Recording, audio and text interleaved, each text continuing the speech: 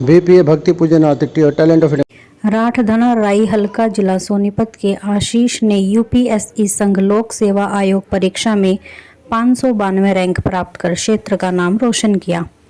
गांव के लोगों ने किया जोरदार स्वागत। आशीष के पिताजी हरियाणा पुलिस में सेवा कर रहे हैं। आशीष का कहना, समाज सेवा और समाज के उत्थान के लिए मुझे और अत्यधिक उत्साह के साथ काम करने का अवसर मिला है। मैं अपने कर्तव्य का पालन पूर्णतया निभाऊंगा। करता बच्चा है, नाम गांव का और माँ बाप का होता है। और यही हमारे जो नौजवान साथी यहाँ पे खड़े हैं, बैठे हैं या सुन रहे हैं, बच्चे सुन रहे हैं, इनमें एक मूल मंत्र हमने देखा जी। हम हर जगह जाते हैं तो उसमें एक मूल मंत्र, एक चीज मैंने बड़ी बारीकी से नोट करी है कि जिस बच्चे ने अपनी माँ बाप का और गुरु का, परिवार का आदर किया ना जी, वही बच्चा पास हुआ है।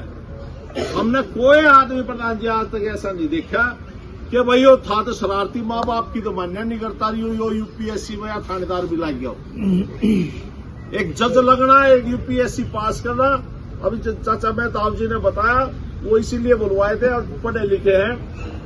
हमने ना अपनी जड़ों से जुड़ना चाहिए। हमें अपने समाज में जो हमारे पीछे से समाज है उससे जुड़ना चाहिए, उसके जुड़ाव से हम आगे आना चाहिए और उससे हमें ताकत मिलती है। छोटे बच्चे, जवान बच्चे सुने, अपने माँ बाप की कदर आप जो भी आदमी करेगा, वो चाहे कृषि के क्षेत्र में हो, चाहे वो व्यापार के क्षेत्र में हो, किसी भी क्षेत्र में हो, जिसके माँ बाप, जो बच्चा सुबह शाम अपने माँ बाप की आज्ञा का पालन करेगा, वो इसी तरह आगे जाएगा। मैं धन्यवाद करता हूं उनके माँ बाप का कि आज के दिन बच्चा पढ़ाना और उसके लिए टाइम देना, 5-5 अटेम्प्ट बच्चे पे भरोसा करना बहुत बड़ी बात। अपने बच्चों पे भरोसा करो। लेकिन सबसे पहले बात एक और मैं कहना चाहता हूं कि माँ बाप को ये तब करना पड़ेगा जी, थोड़ी सी ड्यूटी बच्चों के साथ बैठना, बच्चों से। आज बच्चे इतने इंटेलिजेंट बच्चे, इतने टैलेंट है हमारे बच्चों में कि हम सोच भी नहीं सकते जी। हमारे नंबर 60-70% आते थे तो लोग नहीं कहते भाई मेरिट में आ गया। आज 90 अबव 90 कितने बच्चे हैं? उसका कारण है आज सोच बदली है, पढ़ाई बदली है, माँ बाप की सोच बदली है। जो बच्चे आज हमारे माँ बाप से, मैं आप सबको कहूंगा, दादा सुनो भाई साहब, एक मिनट बाबू जी, आड़े रहोगे, देखो मेरी फिर नहीं मिलोगे, आप लोग इकट्ठे नहीं हो पाओगे। छोटी छोटी बातें हैं हमारे जीवन में। अपने पोता पोती के साथ पार्क में जाओ, उनके साथ 1 घंटा बिताओ। मोबाइल का जमाना है, बच्चे मोबाइल के बिना नहीं रह सकते, नहीं रहेंगे। लेकिन उनका एक टाइम पीरियड कर दो भाई, सामने 7-8 बजे बेटे मोबाइल मेरे को दे दे, सुबह ले लियो। एक टाइम पीरियड करो जी, उन बच्चों को टाइम दो। कोई स्पोर्ट्स में उसके साथ खेलने के लिए जाओ, थोड़ा सा उनके लिए आप आगे बढ़ो तो आप बहुत आगे बढ़ेंगे। समाज में छोटी मोटी कुरीतियां हैं जी, गलती हम करते हैं, भुगतते हमारे बच्चे हैं जी। अभी मैं एक छोटी सी बात करूं कि ये राजेश जी बैठे हैं यहाँ पे, हमने बात करी भाई शादी दिन में होनी चाहिए, दहेज नहीं लेना चाहिए, तो उन्होंने कहा कि हाँ भाई होना चाहिए। करें आप, जिसके भी पास पैसे हो जाते हैं, आज सबके पास पैसे हैं जी, क्या करते हैं कि शराब की पार्टी करते हैं। चलन है जी ना भाई, बिल्कुल चलन नहीं है आपके घर में। नमस्कार दोस्तों, मैं टैलेंट ऑफ रोहतास सिंह योगी। आज मैं पहुंचा हूं हरियाणा सोनीपत ज़िले के राठधना गांव में, और यहां पर जो मेरे साथ में नौजवान बैठे हुए हैं, यूपीएससी में उन्होंने 592 रैंक जो है प्राप्त की है, और जिसे लेकर पूरा क्षेत्र जो है खुश है। आज उनकी मेहनत को सभी ने सैल्यूट किया और सभी ने आज उनका मान सम्मान किया। क्षेत्र के लोगों ने आंखों पर बैठाया आज उनके अपने बेटे को। क्या कहेंगे सर आज?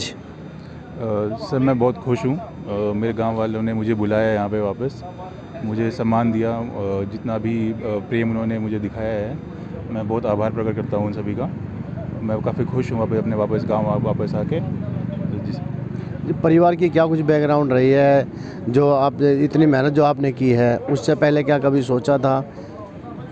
तो हमारा जो परिवार है इसी गांव से ही निकला है। मेरा जन्म भी इसी गांव में हुआ था। मेरे पिताजी फिर हमें शहर लेके चले गए थे सोनीपत में। हमारी परवरिश वहीं पे ही हुई है। तो जो मेरे पापा है, मेरी मम्मी है, उन्होंने हमारी शिक्षा पे खासकर बहुत ध्यान दिया है इस पर कि हमें एक अव्वल दर्जे की शिक्षा मिले, और उसी का ये नतीजा है कि मैं आज बैठा हूँ, यूपीएससी क्लियर किया है मैंने। और इसमें मेहनत बहुत लगी है इसके अंदर में। मेरा ये 5वां अटैम्प्ट था जिसे मैंने क्लियर किया है ये। तो ये निरंतर प्रयास किया है मैंने, अपना जो अनुशासन बना के रखा। तो इसी का परिणाम है कि मैं क्लियर कर पा रहा हूँ इस एग्ज़ाम को। अगर बात की जाए जिस समय आप जो है पढ़ाई के लिए बैठते थे, कितना समय लगता था आपको, और सबसे ज़्यादा हेल्प इसमें आपको कौन करता था? सर, समय की बात करें तो मैं जब मैं प्रिपरेशन शुरू की थी तो उस समय अपने 10 घंटे में करता था। फिर धीरे धीरे जैसे मेरा बेस पूरा बन गया तो मैंने अपना जो टाइम है वो 8 या 9 घंटे कर दिया था, क्योंकि उसमें फिर आपको पढ़ाई के साथ साथ में आपकी जो मेंटल हेल्थ है उसको भी ध्यान देना पड़ता है उस चीज़ में। क्योंकि अगर आप हर साल अगर पहला अटैम्प्ट दूसरा अटैम्प्ट क्लियर नहीं कर पा रहे हो तो उसमें स्ट्रेस हो जाता है उसके अंदर में। तो मैंने उस पर ये खासकर ध्यान दिया था कि मैं अब खुद का भी ध्यान रख रहा हूँ इसके अंदर में, अपना जो पढ़ाई है उसको सही तरीके से कर रहा हूँ। तो अगर मैं फ़ेल हो रहा हूँ तो मैं फ़ेल क्यों हो रहा हूँ, उसका रीज़न क्या है, उस पर इम्प्रूव करना। क्योंकि अगर आप बार बार एक ही चीज़ कर रहे हो तो उसका परिणाम भी एक ही चीज़ होता है कि आपका फेलियर देखना पड़ेगा आपको। तो अगर उसमें आपको ये खुद को इवेल्युएट करना, दूसरों से मदद मांगना, जो मेरे मेंटर है उनसे पूछना कि मेरी क्या वीकनेस है, उस पर काम करना, वापस से उस पर और ज़ोर देना और ज़्यादा प्रयास करना उसको लेके। तो ये कुछ चीज़ें हैं जो मुझे लगता है कि मेरे लिए बहुत सफल रही है, और इसी वजह से जो मैं एग्ज़ाम में क्लियर कर पाया हूँ उसमें। इसमें सबसे ज़्यादा श्रेय किसको देंगे आप? इसमें सबसे बड़ा जो श्रेय है वो मैं माँ को देना चाहूँगा। उन्होंने हमेशा मुझे एक अच्छी शिक्षा देने में पूरा प्रयास किया है। मेरा ध्यान रखा है, क्योंकि पापा हमेशा ड्यूटी पे होते थे, तो घर पे जो मम्मी ने जो हमारा साथ दिया है। हम 3 भाई बहन हैं, तीनों का मम्मी ने बहुत अच्छा ध्यान रखा है, हमारी पढ़ाई पे ध्यान दिया है। और एक जब मैंने कहा था कि मैं यूपीएससी की परीक्षा देना चाहूँगा तो उसमें कभी मेरी मम्मी ने कभी ना नहीं किया। मैंने इतनी बार फेलियर फेस किया तो कभी मम्मी ने ये नहीं बोला कि कुछ और देख ले। दूँ मम्मी ने हमेशा बोला कि मेहनत कर, इम्प्रूवमेंट कर। उसके अंदर में एक भरोसा था जो हमेशा दिखाया है उसमें। तो मुझे लगता है कि वो मेरे लिए बहुत अच्छी तरह काम किया है वो मेरे इसमें कि युवाओं को एक बेरोजगार जब होते हैं पढ़ते टाइम में रहता है, क्योंकि बेरोजगार तो है ही है, हाँ जी। तो यही रहता है कि छोटी मोटी नौकरी कैसे भी मिल जाए। तो लेकिन ये मन में कैसे आया कि मैं जो है, या पहली बार मतलब जो है आपने छोटी मोटी कहीं कुछ नौकरी वगैरह की भी है? सर, नौकरी तो मैंने नहीं की। मैंने बस एक रिसर्च असिस्टेंट था मैं कुछ महीनों के लिए प्रोफेसर के अंडर में। उसके बाद फिर मैंने अपना कोई जॉब वॉब नहीं की थी, फिर प्रिपरेशन शुरू किया था। आपकी बात सही है कि प्रेशर रहता है कि जॉब नहीं है तो लोग क्या बोलेंगे, समाज में लोग कहते हैं कि अरे भाई इतनी उम्र हो गई है आपकी। लेकिन मेरा ये मानना है कि हर किसी का जो कॉन्टेक्स्ट होता है वो अलग होता है।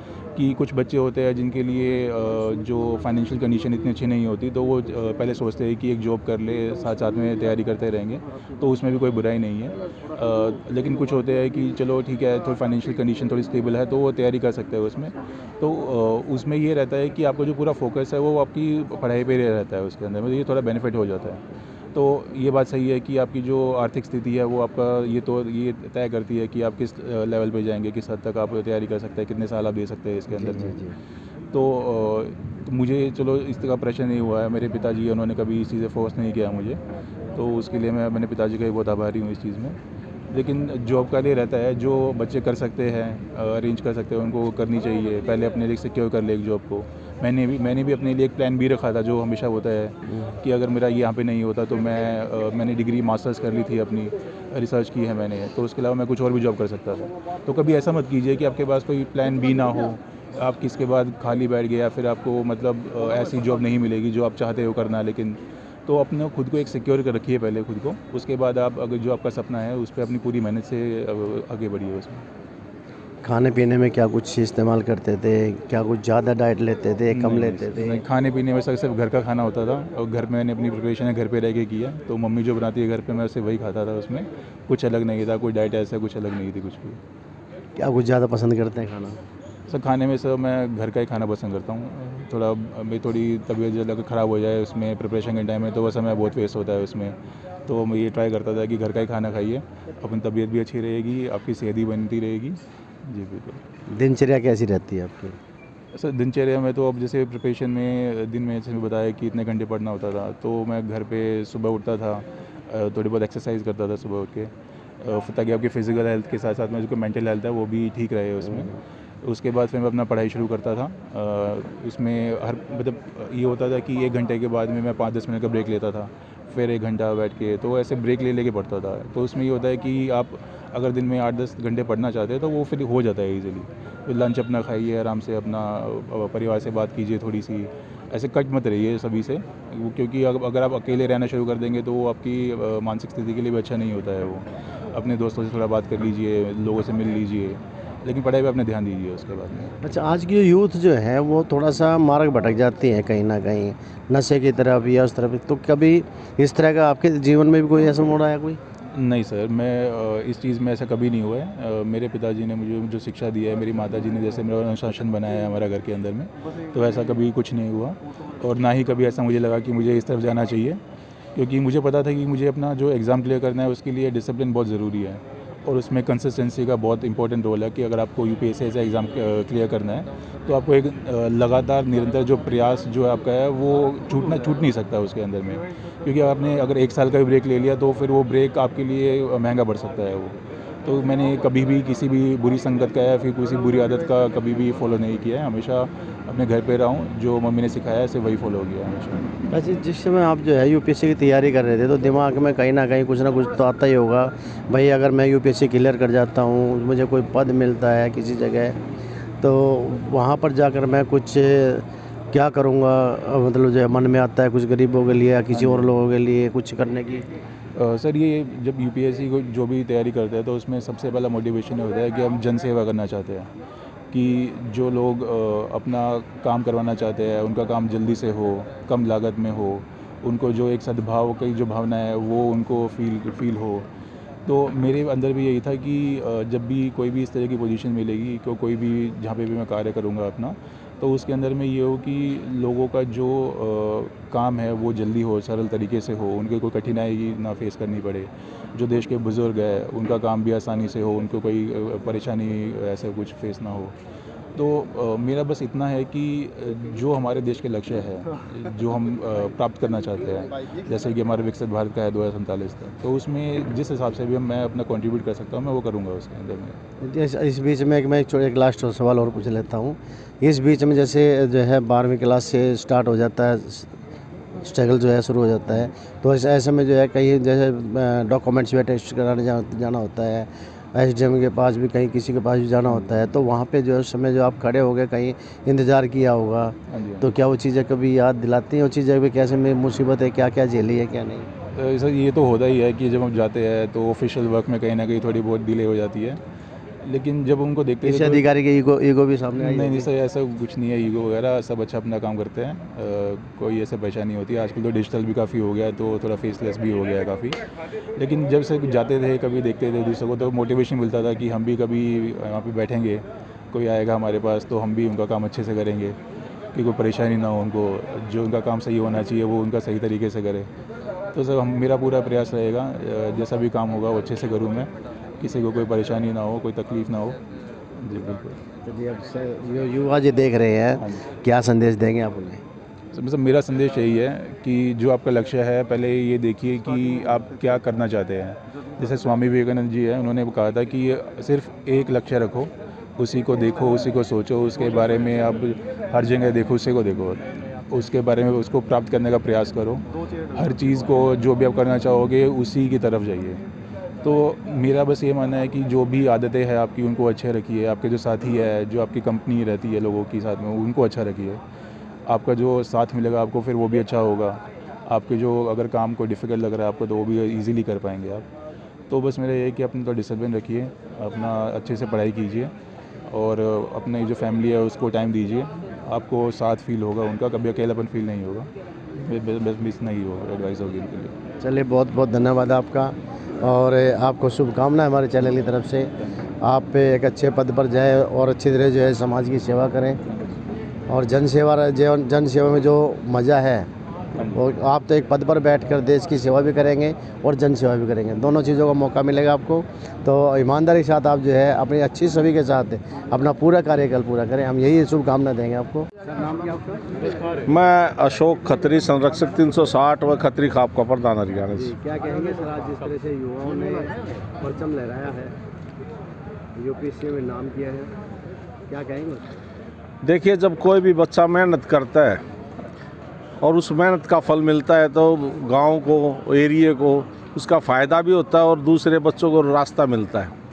इन बच्चों ने मेहनत करी, इनके माँ बाप ने मेहनत की है, उनका हमने समाज की तरफ से बहुत बहुत आभार व्यक्त किया, इनको आशीर्वाद दिया है और इनको देख के हमारे और भी बच्चे इस लाइन पे पकड़ेंगे, गाइडेंस कर देंगे। यही हमारा संदेश था और इसी पर्पज़ से इन बच्चों को आशीर्वाद देने के लिए हम सभी समाज के लोग, गांव आसपास के गांव के लोग इकट्ठे हुए, रारधना इकट्ठे हुए थे। मेरा नाम सुनील कटारिया है और मैं गांव बाजिदपुर सबोली से सरपंच हूँ। कटारिया जी, क्या कहेंगे जिस तरह से आज 2 बच्चे इस क्षेत्र से निकले हैं, वो अभी देहात क्षेत्र के हैं? देखिए, सबसे पहले तो आपके चैनल को देखने और सुनने वाले सभी श्रोताओं को और जितने भी दर्शक हैं उन सबको मैं नमस्कार करता हूं और उसके बाद बधाई देता हूं इन होनहार लड़कों को जिन्होंने अपना एक कमिटमेंट की कि भाई जीवन में कुछ करना है, कुछ बन करके दिखाना है। और बधाई देता हूं इनको जन्म देने वाले इनके माता पिता को, जिन्होंने ग्रामीण परिवेश में रहते हुए भी बच्चों को बहुत अच्छी शिक्षा दी और उन बच्चों ने भी उस शिक्षा में बिल्कुल उसके अंदर जा कर के शिक्षा को ग्रहण करके और शिक्षा के माध्यम से वो उस मुकाम को हासिल किया जिस मुकाम पर पहुंचने के लिए हज़ारों लाखों करोड़ों लोगों का एक सपना होता है। क्या कहेंगे महेंद्र जी, आज आपके बेटे ने यूपीएससी यूपीएससी के बारे में इतना हमने कहा, बेटे ने बहुत मेहनत करी और बहुत ही खुशी का दिन है जो हमारे आज गांव ने हमारा मान सम्मान कराया। इससे बढ़कर वो क्या है, हम और बच्चों की प्रेरणा बढ़ती है इससे, और ये बच्चों की प्रेरणा से आगे बच्चे और भी बढ़ेंगे, इससे बहुत फ़र्क पड़ता है। क्या कभी सोचा था कि बेटा इस अचीवमेंट को प्राप्त कर लेगा? सोचा था मैं, मतलब मेहनत थी बेटे की, बहुत मेहनत करी, मेहनत का फल पर परमात्मा जरूर दे है, एक ना एक दिन मेहनत करी, खूब करी मेहनत। मैं अजीत सिंह कोच, गांव खेवड़ा, जिला संयोजक खेल प्रकोष्ठ भारतीय जनता पार्टी। आज मैं यहाँ रारदाना गांव के कमेटी के प्रोग्राम में आया और यहाँ पर जो आशीष और सुमित लड़का जिन्होंने यूपीएससी क्रैक किया है उनको बधाई देने का एक प्रोग्राम रखा गया था। तो मुझे बहुत खुशी है कि ऐसे प्रोग्राम होते रहने चाहिए जिससे हमारे बच्चों का हौसला बढ़े और वो आगे बढ़े और इन बच्चों को देख के और बच्चे भी इस रास्ते पर आएँ और अपना एक अच्छा माँ बाप का और गांव का नाम रोशन करें।